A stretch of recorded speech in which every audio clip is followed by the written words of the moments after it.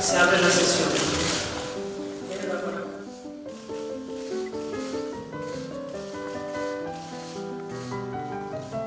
Es un honor, Majestad, contar un año más con vuestro apoyo y presencia en este acto, que da pleno significado a este premio, uno de los más prestigiosos de las letras en lengua española y en lengua portuguesa, y con el que se expresa la fraternidad de los dos principales idiomas de nuestra península, extendidos hoy por el mundo entero. Gracias, pues, señora, por presidirnos y acompañarnos todos estos años, y gracias también a Claribel Alegría por haber acudido hoy a recibir este premio, emprendiendo un largo viaje a sus 93 años y a despecho de advertencias y consideraciones derivadas de su delicado, pero siempre animoso corazón. Agradezco también muy sinceramente al ilustre poeta Antonio Colinas, que recibió este mismo premio el pasado año de manos de Vuestra Majestad, que nos honre hoy con su asistencia a este acto, junto con todos cuantos han tenido la amabilidad de acompañarnos. Cumple ahora al Patrimonio Nacional y a la Universidad de Salamanca, como instituciones convocantes del Premio Reina Sofía de Poesía Iberoamericana, el grato deber de reconocer y ensalzar la obra de quien, tras 7 décadas de creación poética, podemos llamar con toda justicia matriarca de las letras centroamericanas. La obra de Claribel Alegría, nicaragüense por su padre y nacimiento y salvadoreña por su madre, infancia y adolescencia, es desde luego imprescindible para comprender la realidad, el espíritu y la memoria de los pueblos del Gran Istmo que enlaza las Américas del Norte y del Sur entre los océanos Atlántico y Pacífico que surca nuestra lengua común. Siempre he dicho que tengo patria y matria, son palabras suyas pronunciadas en 2012. Patria puede ser El Salvador, porque allí fueron mis primeros olores, mis primeros sabores, mis primeros contactos.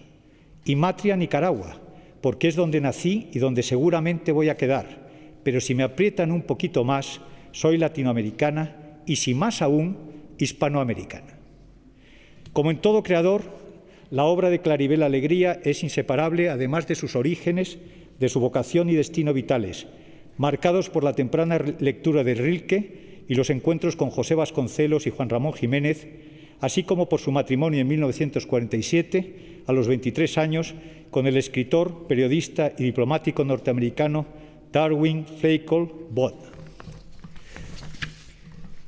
Ambos crearon una numerosa familia, en representación de la cual nos acompañan hoy sus hijos, Maya, Patricia, Karen y Eric Fleischer Alegría, a quienes también agradezco que hayan viajado con su madre a Madrid. Boyd Fleischer no solo fue el marido y el compañero de vida de nuestra premiada durante casi 50 años, sino también su alter ego intelectual, su principal crítico literario y su traductor al inglés, coautor con ella de diversas obras en prosa. De su simbiosis vital y literaria es expresión el nombre que Julio Cortázar, uno de sus grandes amigos, les puso, entre humorístico y poético, Claribel. De todo ello da cumplida cuenta la antología de la obra de Claribel Alegría, que hoy publicamos con motivo del otorgamiento del premio, bajo el título Aunque dure un instante. Seleccionados por la autora y la profesora Eva Guerrero, con un extenso estudio introductorio y una cronología obra de esta última, la antología recoge 86 poemas publicados desde 1948 a 2016 a través de 18 libros de poesía, más 2 breves composiciones inéditas, Plegaria incontenible y Soledades. Su cubierta, con una foto del nicaragüense volcán de Masaya, de Eric Fleischer Alegría, ha sido elegida por su madre como símbolo de su propia obra. Una obra marcada también por la experiencia del exilio, la inquietud social y la exigencia de justicia. Rigurosa siempre en la expresión poética, es, sin embargo, capaz de transmitir hondas emociones y de suscitar una admiración profunda, como una de las voces más originales y perdurables de la poesía en lengua española de nuestro tiempo. Ya en su primer libro, Anillo de Silencio, de 1948, Claribel Alegría decía: «Son altas las columnas de mi sueño».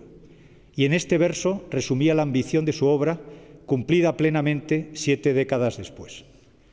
La poesía supone para ella un empeño constante por expresar lo que es difícil de verbalizar, ya que trata del sentimiento y de la percepción emocional. Es el anhelo por decirlo todo, aunque pueda parecer un imposible. Claribel Alegría es poeta difícil de clasificar. Se resiste a ser identificada con la llamada generación comprometida de Centroamérica. Y es que su concepción de la poesía va más allá. Para ella es ante todo instrumento de autenticidad y transparencia. El suyo es un compromiso consigo misma y con el otro. Y lo ha hecho no solo a través de la poesía, sino también en su amplia obra en prosa, ya sean ensayos, collages, traducciones o novelas. En su obra, Alegría ha cuestionado todo con lenguaje asequible y cercano, a través del cual deja constancia de su negativa a resignarse ante lo que pudiera parecer inexorable. Señora, la concesión y entrega a Claribel Alegría del Premio Reina Sofía de Poesía Iberoamericana llega oportunamente para recoger el fruto de una vida plena, que ya es una referencia imprescindible en nuestra literatura. Premios como este, impulsados por y desde la Corona, mantienen la comunidad cultural y los rasgos que unen a los pueblos de estirpe ibérica. Por ello, con vuestra presidencia de honor y la iniciativa institucional del Patrimonio Nacional y de la Universidad de Salamanca, cuyo 8º centenario estamos a punto de celebrar, seguimos convocando a los poetas de 2 continentes en un ininterrumpido diálogo de las lenguas española y portuguesa. Gracias, pues, a doña Claribel Alegría por el legado de sus palabras, hechas verso e imágenes, que nos acercan a la memoria y al corazón de Centroamérica. Y gracias de nuevo, Majestad, por vuestro apoyo permanente a este premio, que nos permite, año tras año, unir las orillas del Atlántico a través de la más alta expresión literaria.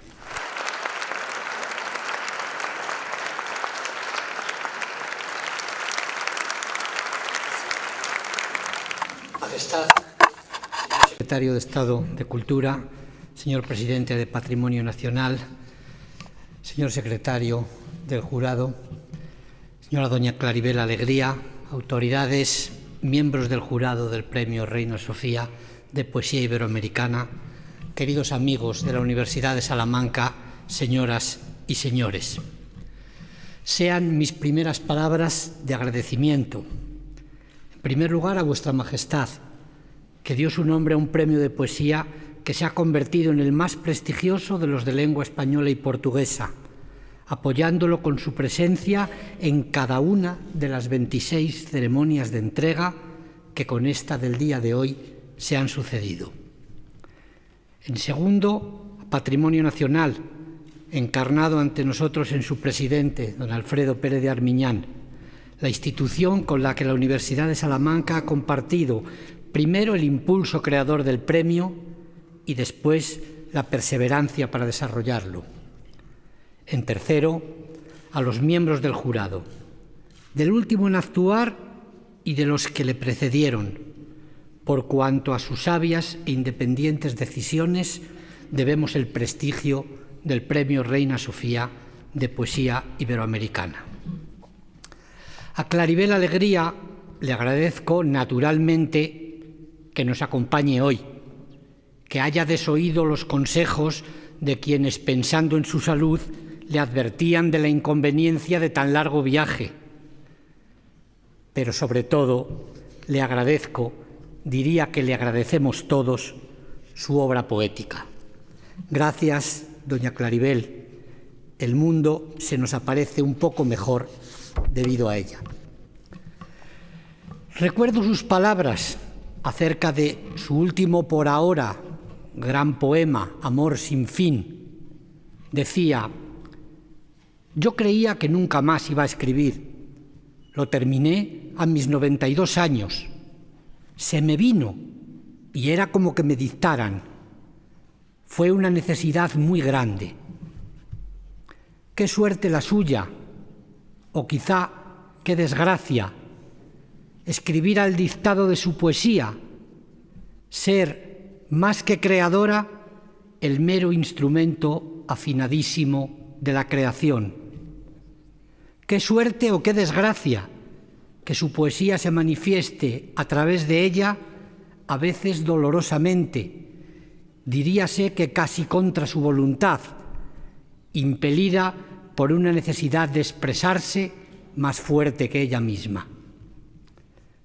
Todos sus estudiosos coinciden en que el aliento más importante de toda la obra poética de nuestra Claribel es el amor a la vida, que surge a pesar de sus momentos sombríos, de su denuncia de los problemas sociales y humanos, de las matanzas, de las guerras, de los desheredados a quien ella da voz, de esa función que ella llama en el poema que se acaba de leer, Ars Poetica, de cuervo, de su compromiso con los países de juventud, de nuevo ahora revividos, de la pérdida de su gran amor, del que hablaré más tarde, del dolor insoportable, de la vacuidad llegada, del alma anegada por la idea de la muerte. Siempre su amor a la vida que la sostiene. Sobrevivo, alegrobosamente sobrevivo. Es ese amor a la vida lo que ha configurado su trayectoria vital o su trayectoria poética, pues siendo ella el vehículo de su poesía, no es posible separar ambas. Así, la vida de Claribel Alegría está tan estrechamente vinculada a su trabajo que éste parece inconcebible sin aquella. Además, su devenir vital la une de tal manera a este premio de poesía iberoamericana que uno se pregunta ¿cómo no se lo dimos antes? Y solo cabe como respuesta que quizá estuvimos esperando al albor del 8º centenario de la Universidad de Salamanca para celebrar con ella nuestra condición de primogénita de las universidades iberoamericanas.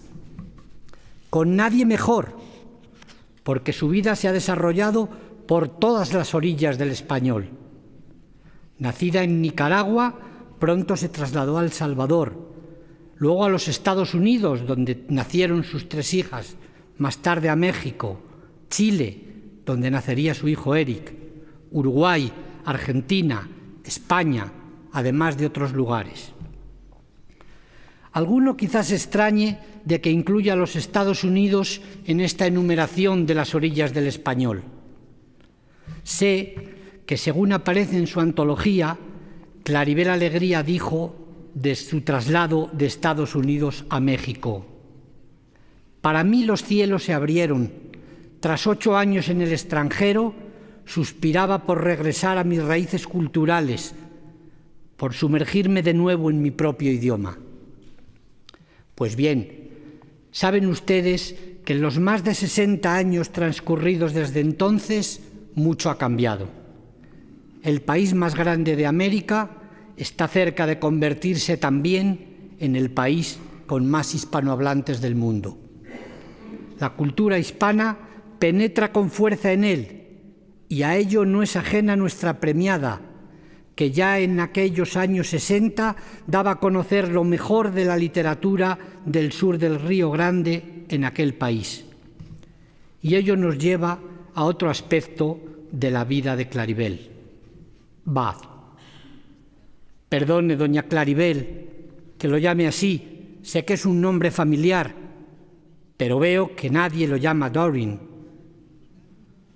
En efecto, Doreen Flackle, Bath, es esa presencia determinante en la vida y obra de Claribel.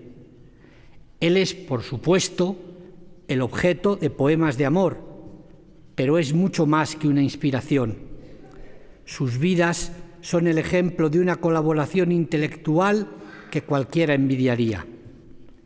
Una colaboración comprometida en muchas causas, una inseparable unión que los engrandeció a ambos, tanto que se diría que podrían haber inspirado aquellos versos de su amigo Benedetti: y en la calle, codo a codo, somos mucho más que 2. Esa colaboración comenzó, en efecto, con la publicación de New Voices of Spanish America, que dio a conocer en los Estados Unidos a muchos escritores de lo que luego se llamó el boom latinoamericano. Por eso creo que si hoy podemos incluir con justicia a Estados Unidos dentro de los países en los que se vive con orgullo la condición de hispanoparlante, no son Claribel y Baz ajenos a ello. Hasta se atrevió nuestra poeta con la receta de la composición del mundo y la historia de quienes hablan español a aquel lado del Atlántico, y la llamó tamalitos de Cambrai.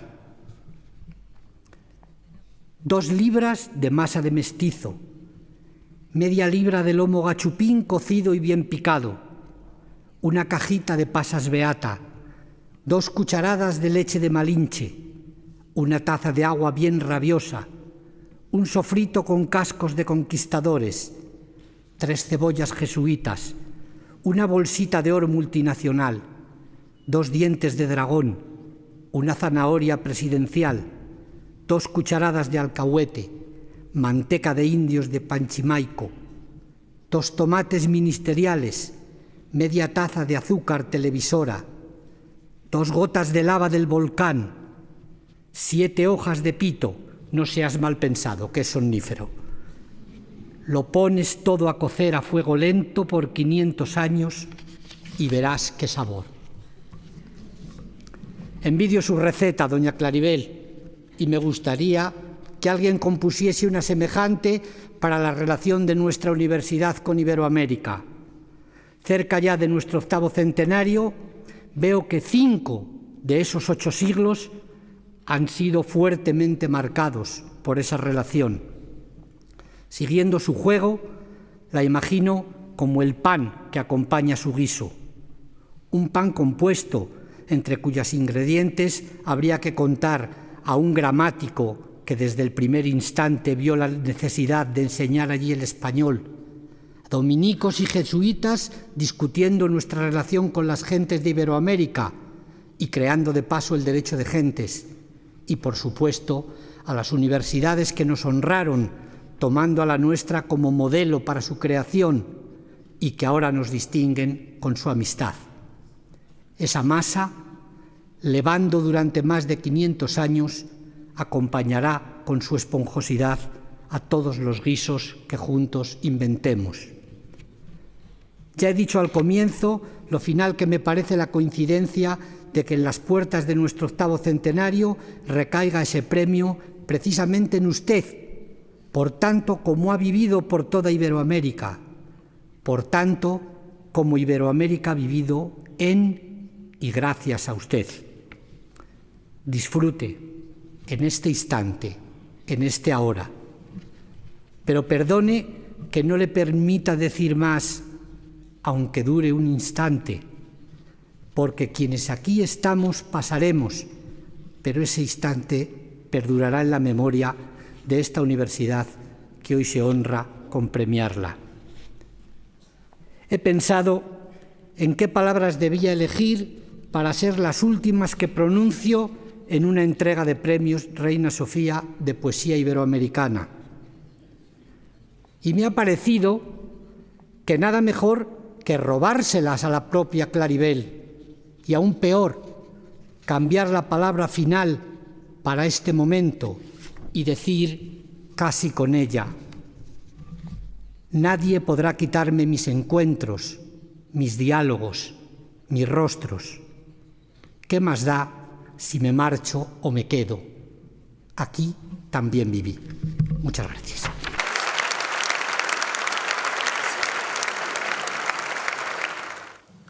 Se ruega a doña Claribel Alegría que se acerque al estrado para recoger el premio de manos de su majestad la reina de Jesús.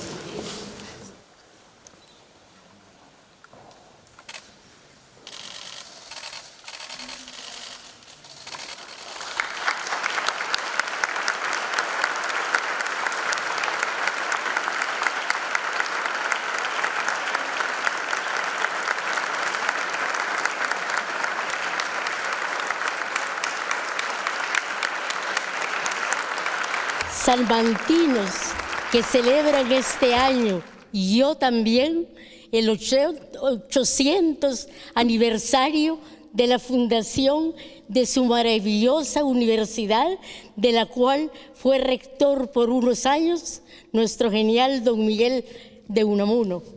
Señores y señores, es para mí un honor y una alegría enorme haber obtenido el prestigioso premio Reina Sofía. Eran las 5 de la mañana, dormía yo profundamente cuando mi enfermera Elsie me despertó con un felicidades.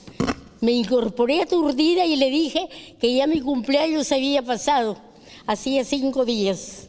No, dijo ella, no es su cumpleaños, es que le han concedido el premio Reina Sofía. Me costó entender y recordé a mi marido, a mi bod, muerto ya hace más de 20 años, que cuando se concedió por primera vez el premio, me dijo: un premio así quisiera para ti. Yo me reí y él continuó: lo malo es que cuando te lo den, yo ya no voy a estar aquí y no podremos compartirlo. Este premio, fuera de su prestigio, es muy importante para mí y se lo quiero dedicar, además de Su Majestad la Reina Sofía, a mi mentor, nuestro gran Juan Ramón Jiménez, a su amada esposa Zenobia Camprubí y a Reiner María Rilke, que a través de uno de sus libros, Cartas a un joven poeta, me señaló mi vocación. Nací y crecí en una sociedad agresivamente machista. En mi generación, en Centroamérica, una muchacha de clase acomodada tenía la opción de casarse y ser ama de llave de su marido o quedarse casta y virgen amasando rosquillas para sus sobrinos. La mujer campesina o proletaria nunca tuvo otra opción que la de convertirse en esclava de su marido y sus hijos. En toda América Latina, hasta hace pocos años, eran contadas las mujeres que sobresalían. Nombres como el de Alfonsina Storni, Delmira Agustini, Gabriela Mistral, Juana de Ibarború, Claudia Lars, para no hablar de la más grande de todas, Sor Juana Inés de la Cruz. Tuve que pasar 3 años aprendiendo a tejer, cocinar platos exquisitos y tocar para Elisa en el piano antes de rebelarme y amenazar con hacerme monja o casarme con el primero que pidiera mi mano y divorciarme enseguida. Ese fue el golpe maestro. Una mujer divorciada era un horror en ese tiempo. Inmediatamente me mandaron a los Estados Unidos a estudiar. Para ese entonces yo ya escribía, pero me lo tenía muy bien guardado. Si mi secreto hubiese trascendido, mis amigas me habrían mirado como un bicho raro y mis amigos se habrían sentido atemorizados ante una literata pedante o me habrían tomado por una libertina. Ahora hay un gran número de muchachas universitarias que estudian literatura y están enteradas de lo que pasa en el mundo. En mi caso particular, poco tiempo después de llegar a los Estados Unidos, tuve la buena fortuna de conocer a Juan Ramón Jiménez, que fue mi mentor, un mentor muy, muy duro, por cierto, durante 3 años. Mi poesía era lírica. Jamás se me ocurrió en ese entonces escribir poemas que reflejaran la miseria de mis pueblos. Pensaba que los dictadores centroamericanos eran tan inevitables, tan irremediables como los terremotos y las tormentas que sacuden mi región. Después fue cambiando. Escribí poemas en que se reflejaba el sufrimiento, las injusticias, las barbaries. Más que poemas políticos, yo lo llamo poemas de amor. En mis últimos libros hablo mucho de mitología.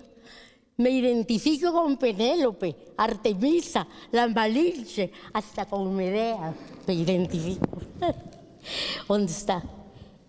Son los mitos griegos los que más han influido en mí.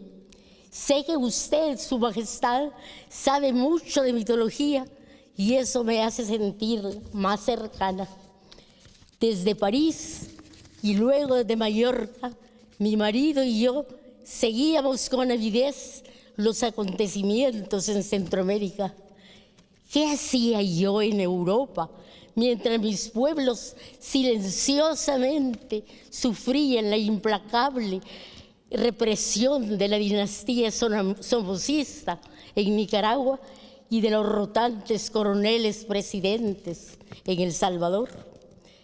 En septiembre del 79, 2 meses después de haber triunfado la revolución sandinista, viajamos a Nicaragua por 6 meses para documentarnos acerca de la épica del Sandino y de sus sucesores del FSLN y escribir un libro que luego se publicó en México bajo el título Nicaragua, la Revolución Sandinista.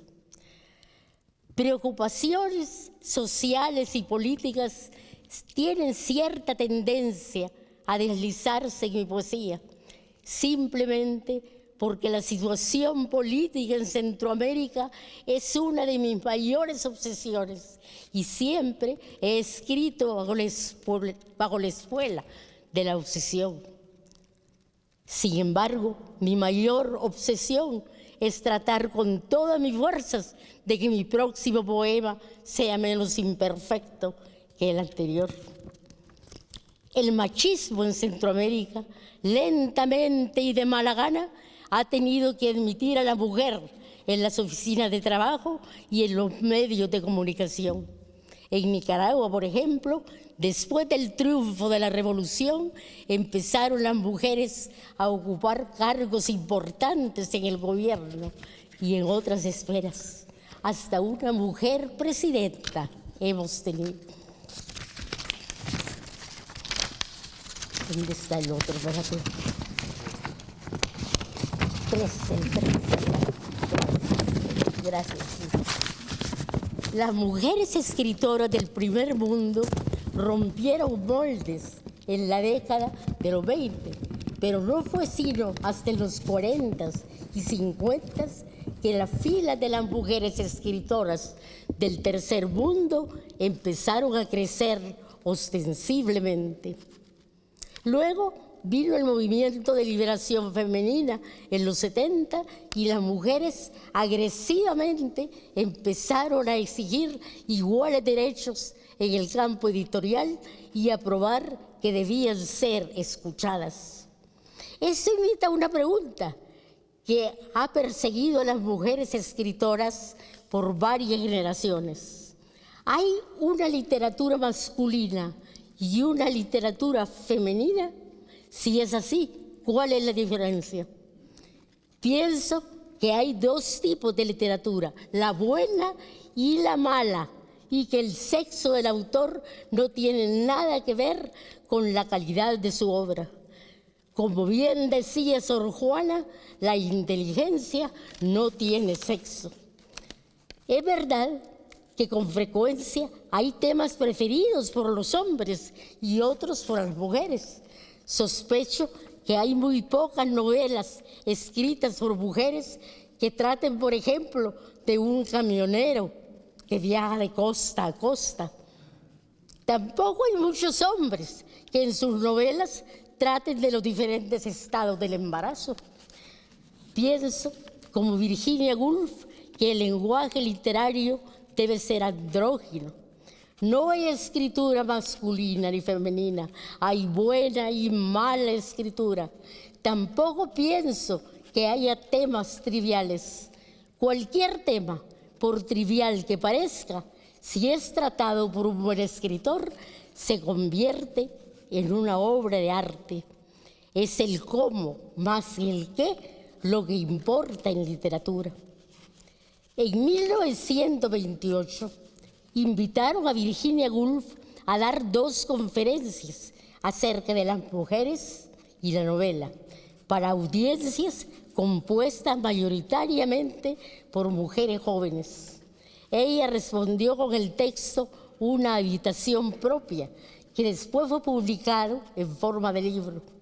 El libro es brillante, agudo, un ensayo de 157 páginas en el cual ella se pregunta por qué antes de 1920 era virtualmente imposible para las mujeres llegar a ser escritora competente. Al final nos dice escuetamente que una mujer, y aquí cito verbatim, tiene que tener 500 libras esterlinas al año y una habitación con un pestillo en la puerta para poder escribir novelas o poemas. Si esto parece arbitrario, puede ser, ya que Virginia Woolf tenía una tía en Bombay que se cayó de un caballo, murió a consecuencia de ella y le dejó a su sobrina 500 libras al año para el resto de su vida. En cuanto a una habitación propia, sé exactamente lo que quería decir. Hasta que cumplí 55 años, nunca tuve semejante lujo, una habitación donde pudiera encerrarme, cambiar velocidades, alcanzar un alterado estado de conciencia, recorrer la habitación de punta a punta, recitar mis poemas en voz alta y saber que nadie me iba a interrumpir.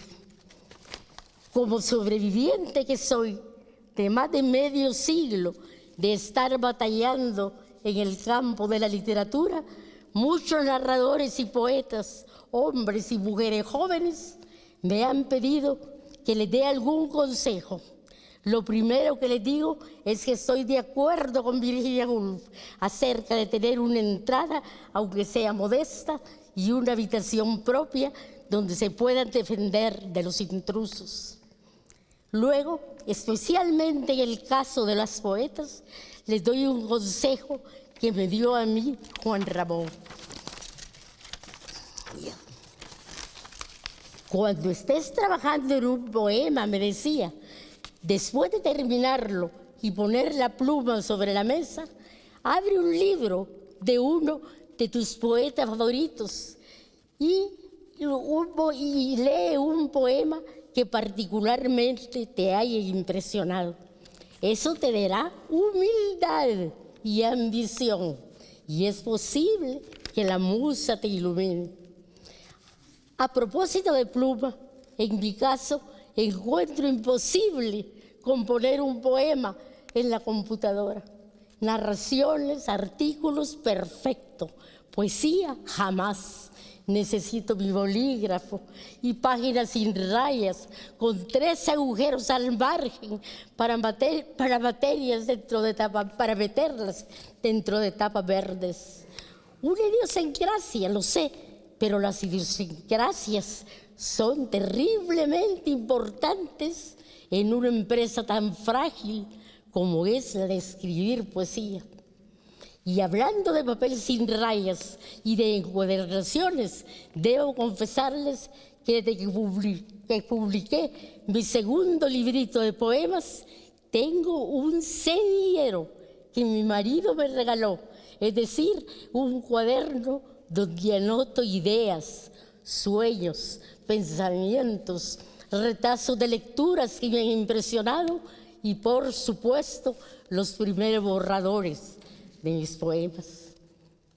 Algunas de mis anotaciones dormitan ahí a veces meses o años, hasta que un día releyéndolos algo hace clic y me encuentro escribiendo otro poema. En cuanto a las mujeres escritoras, les aconsejo que se liberen del sentido de culpa por no ser amas de casa perfectas y que observen lo que dijo Joseph Campbell, follow your bliss, es decir, sigue tu vocación. Para terminar, quisiera leerles 2 fragmentos de un largo poema, el último que he publicado, y se llama Amor sin fin, y expresa lo que siento por las palabras que no lo sueltan nunca. Mi aventura terrestre es intangible. Quisiera olvidarme de que existo, de que apenas soy un instrumento de madera tosca y voz opaca. A veces me conforta la tristeza, me confortan los ecos de voces que van en estampida y no escuché jamás. Se rompió el universo en 1000 pedazos, este umbral un pedazo, un fantasma con árboles, dentro de mí su música. Quisiera que mis labios... ¿Dónde está el otro? Quisiera que mis labios... ¿Dónde está ahí? Pronunciaran palabras, palabras inconexas, solitarias y mágicas, palabras como hojas para sombrear el hechizo de estas ramas que turban. ¿Serán amores muertos? Me marea el silencio, cierro los ojos, sueño, otro sueño en mi sueño, otra realidad desconocida. Volcanes de palabras, algunos lanzan fuego, otros lava, llegan hasta mis pies las piedras ígneas, me arrodillo ante ellas como ante un altar. Son quizá los vestigios de un mundo oscurecido, desamparadas criaturas que hacen brotar mis lágrimas, olvidadas palabras que en este instante veo. Su ígnea belleza me acongoja, palabras de otras lenguas que no entiendo, las arrullo, las gusto, palabras que inventé o que inventaron otros. Bebamos tú y yo por las palabras voladoras que a ti también te alcanzan, por los árboles negros que afilan mi congoja. Bebamos por el canto que se convierte en llama, bebamos por la llama y el incendio. Gracias.